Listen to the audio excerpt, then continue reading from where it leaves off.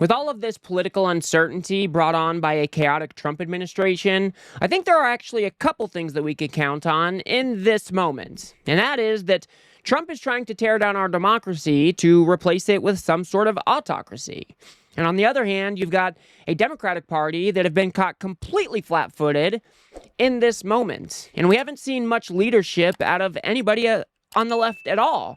I mean, we do see Bernie and AOC going out there and doing a fighting oligarchy tour. You've got Tim Walz, who has started to doing town halls in red districts as well.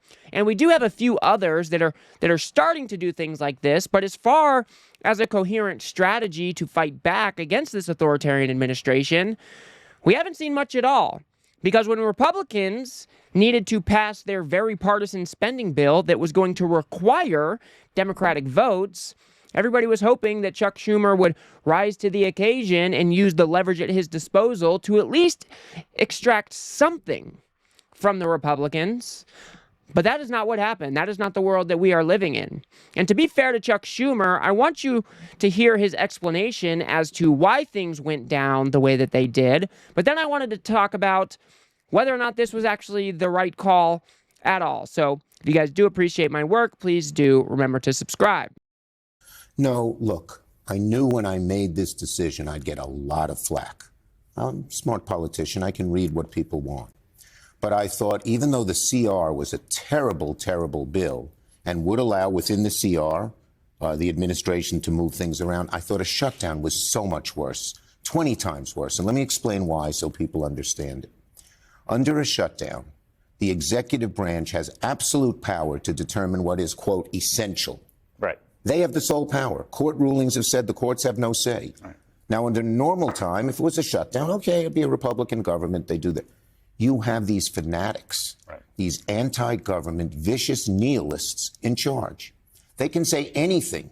Anything is not essential. So it could have been today if we were in the shutdown. They said, feeding hungry children, not essential. Eliminate SNAP. 2 days from now, the only thing we need in transportation are air traffic controllers. Cut off all mass transit funding to New York and the other cities of the country, all transit funding. Day 6, Medicaid. They could cut off Medicaid almost totally. So within 2 weeks, they could just so decimate the federal government, almost throwing a bomb at it, that we could never recover. What does Chuck Schumer think is going on right now in this current moment? Is it not like the Trump administration is throwing bombs at our federal government? They are tearing it down piece by piece.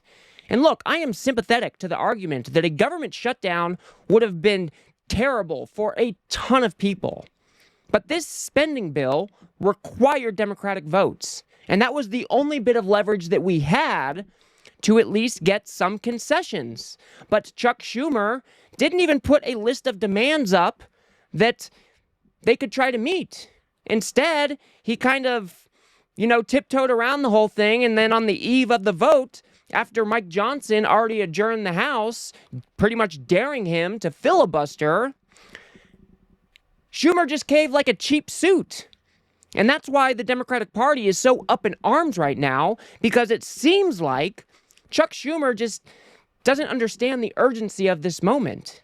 It's still like he's playing back in 2017 against the first Trump administration. And as we've talked about tons on this channel, this second Trump administration is nothing like the first administration. Trump's first term, there were some real Republicans in there that was putting checks on some of the, excesses of Donald Trump. But none of those people exist anymore. And Chuck Schumer is acknowledging that here, saying, oh, we got that Russell Vogt guy. He's a nihilist. He wants to tear everything down. And that's exactly what they're doing. Now, Chuck Schumer came back on Chris Hayes' show, and he was forced to watch some of the Democratic criticism against him. Let's go ahead and take a look at that. Look, Chuck and I disagreed as it relates to the approach and outcome. I think there is a deep sense of outrage and betrayal. And this is not just about progressive Democrats. This is across the board, the entire party. I still support Senator Schumer as leader, but I think the only way that we are going to be effective as a caucus is if we change our tactics. I would have liked to see when Chuck Schumer had leverage here to say we need A, B, C, and D for the Democratic Party and force the Republicans to meet him halfway on those issues. I myself don't give away anything for nothing. And I think that's what happened the other day. They said, okay, he said leverage, I think it was the governor. And Nancy Pelosi said, I myself don't give away anything for nothing. I think that's what happened The only other leverage day. we had, they weren't going to negotiate with us. So there were two choices only. It would be nice if we had a third choice. We tried to get that third choice with the 30-day extension that Patty Murray tried to get some more moderate Republicans on the Appropriations Committee go along. They wouldn't. So we were faced only the Senate, not the House. They had it a little easier because they could vote no against the CR and not cause a shutdown. Right. But in the Senate, the only two choices were these choices, period. When you've got Nancy Pelosi coming out and saying you don't give away nothing for something or something for nothing, I think you've lost the plot, Chuck. Look, again, shutting down the government would have been terrible. And one of the main things that Chuck Schumer seems to be concerned about is that that would somehow be blamed on the Democrats. But just look at the situation we're in. We're 2 months in to a Trump administration. They control the House, the Senate, the White House. If the government were to shut down, who do you think they would actually blame it on? And if you really think about it a little bit further, if the Democrats are coming to the table in a good faith manner, saying, hey, this is a spending bill, we need to do spending in a bipartisan way, you come to the table, you put forward some reasonable demands, and if the Republicans don't want to meet any of those demands, then let them shut the government down. They keep on saying that Trump has some huge mandate to carry out all of these crazy things. Well, let them be crazy then, because that is the only leverage that we had in this current moment. This is the only tool in our disposal, and it might be the only way that we can fight back the rest of the 2025 year. It's just like Chuck Schumer, again, he's not meeting the moment. He doesn't really realize, and we're going to get to this here in a few, but he just doesn't realize that this is a whole new ball game. And he went on The View as well. And even Sonny Hostin called him out to his face. And I want you to see that as well. Governor Pritzker's chief of staff, Ann Caprara, has said the following. The fight going on in the Democratic Party right now is not between hard left, right, and moderate. It's between those who want to fight and those who want to cave. And it gives me no pleasure to say this to you because we are friends, but I think you caved. I think you and 9 other Democrats caved. I don't think you showed the fight that this party needs right now because you're playing with by a rule book where the other party has thrown that rule book away. True. And so in my view, what you did really was in supporting that GOP partisan bill that Democrats had no input in, you cleared the way for Donald Trump and Elon Musk to gut Social Security, to gut Medicare, to gut Medicaid. Why did you lead Democratic senators to play by that book that the Republicans are not playing by? Okay, first, I'd say, Sonny, no one wants to fight more than me, and no one fights more than me. You got to fight smart. It is not true. That bill had far less it was bad. I hated it. But it does far less damage to Social Security.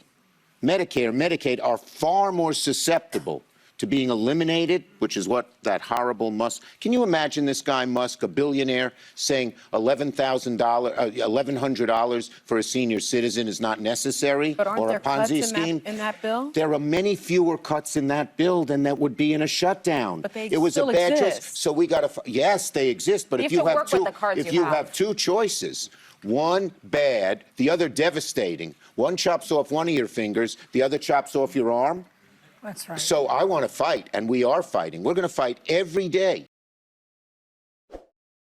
I'm really getting tired of hearing this from Chuck Schumer. He stands out in front of federal buildings and says, we will win, we will win. But then when it comes to actually put up a fight against this rogue administration, you fold like a cheap suit. And Sonny Hostin is absolutely correct here. They have taken the rule book and they have lit it on fire and they have thrown it out. They are not playing by the rules. And then they are expecting that the Democratic Party is going to play by the rules. And it seems like the Democrats just don't understand that we are always the ones that are trying to keep things on the tracks, while the Republicans just get to do whatever it is the hell that they want to do. I think what should have happened is you let the government shut down. You let the American people see the absolute chaos and devastation that comes out of this administration. You let them see it and then go from there. And if you're not going to do that, at least put forward some demands, get some concessions out of the Republicans to put in the spending bill. You didn't even try. It is just so insane to me that he didn't even put any demands forward. And we'll move on to this next clip. But here, Chris Hayes is talking about how you're kind of playing by Mitt Romney rules, which is just beyond true. Here's what I'm saying is that all of those things you enumerated, which all sound like good politics to me, are the kinds of things that you'd be doing if Mitt Romney were president. That, like, there's this weird asymmetry right now, which is that they are acting in this totally new way, in which they are ambitiously trying to seize all power and create a presidential dictatorship in the United States of America.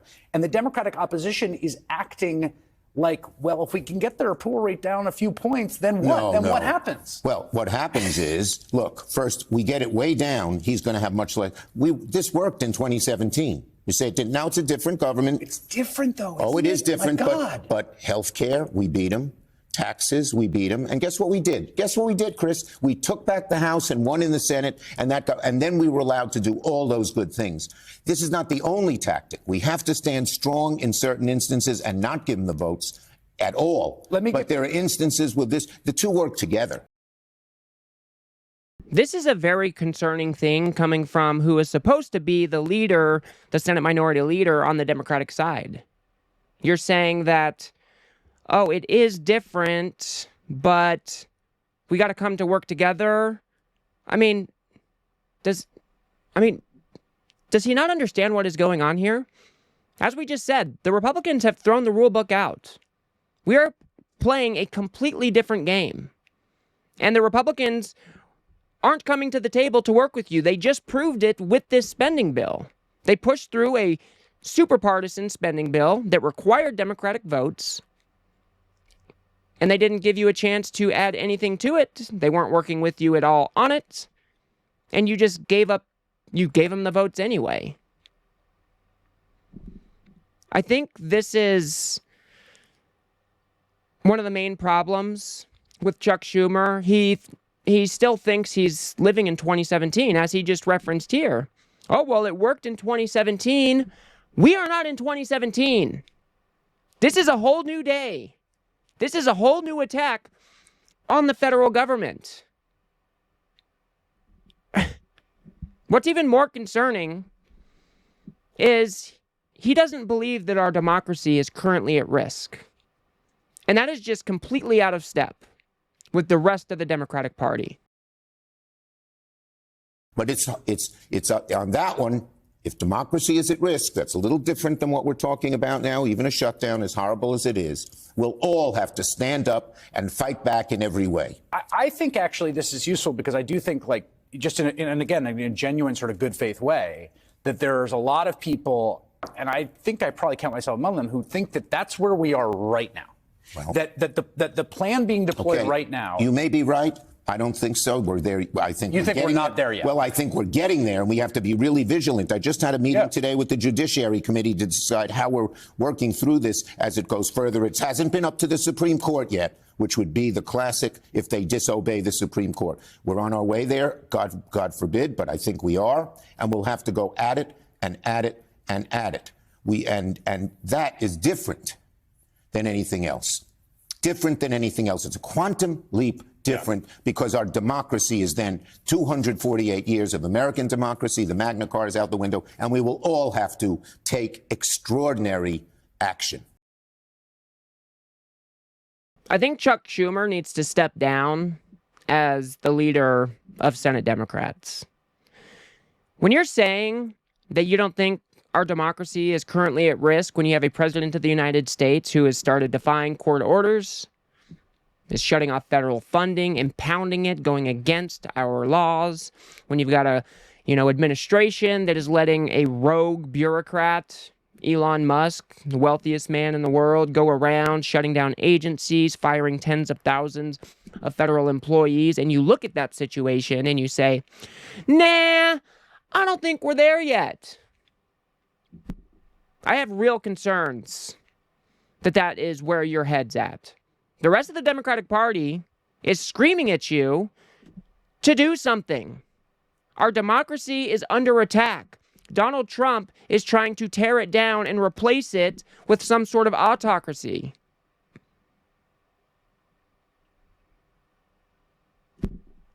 Look, I will say it again.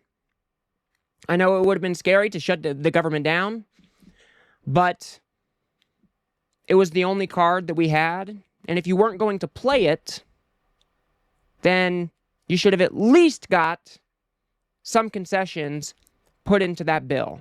What this shows me is that you're living in the past, bro.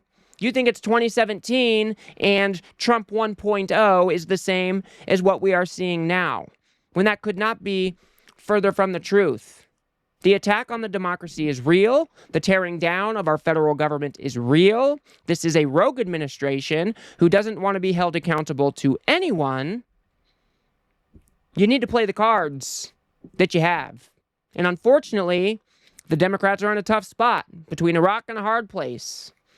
But sometimes the big decisions have to be made. And that is what the Democrats are looking for in a leader. Somebody who is willing to put the fight to this authoritarian administration and use every tool at their disposal to fight back. So I guess we'll see how things play out the rest of the year. This may be the only time or only bit of leverage that we are going to have for the rest of 2025. So it's going to be up to us, the people, I guess. Nobody's coming to save us, as they say. So get involved with local organizations, get involved with your local protests, get involved with your local mutual aid groups, get involved in any way you can, because our democracy is under assault, and it's only going to be us that's going to save it. I will leave it there for now, guys. If you guys got anything out of this video, please do remember to smash that like button and subscribe. Maybe share with a friend or two. I'd very much appreciate that. We've got to build something here on the left that adequately pushes back against this right-wing nonsense and the MAGA brain rot that is currently plaguing our society. So if you like what I do here, please do remember to hit that subscribe button. It is free. And if you guys want to see how the Trump administration is taking away due process rights to ship people to El Salvador, go ahead and watch that video on the screen now. Otherwise, I'll see you guys on the next one.